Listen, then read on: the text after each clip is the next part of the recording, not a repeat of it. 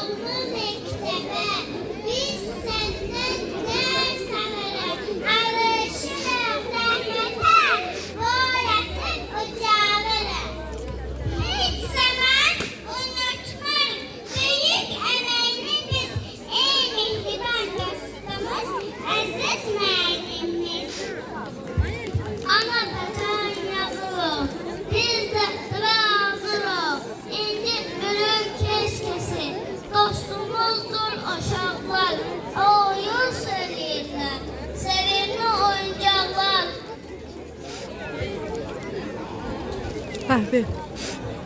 Ey vətən, ana vətən, eyləməm sənə vətən.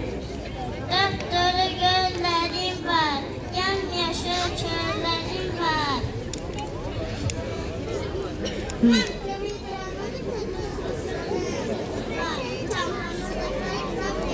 Mikrofon. Mikrofonu biraz yaxın tut da, yaxın tut, təndi deyiləm.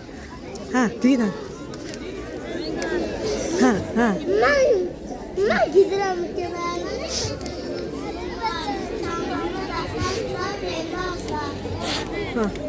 Al çay. Ha, ver. Sənin deyil? Sən bu sənsən? Ha, deyil.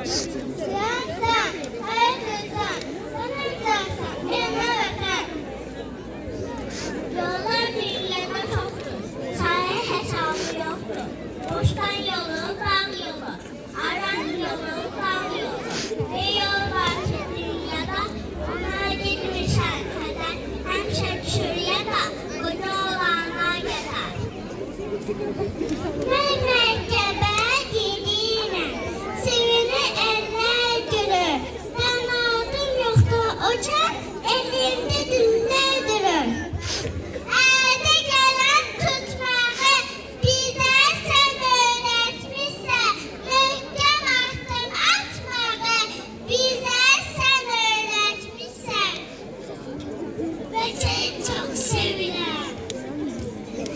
Anam özü Bitti. Şükürdü şeylerimiz.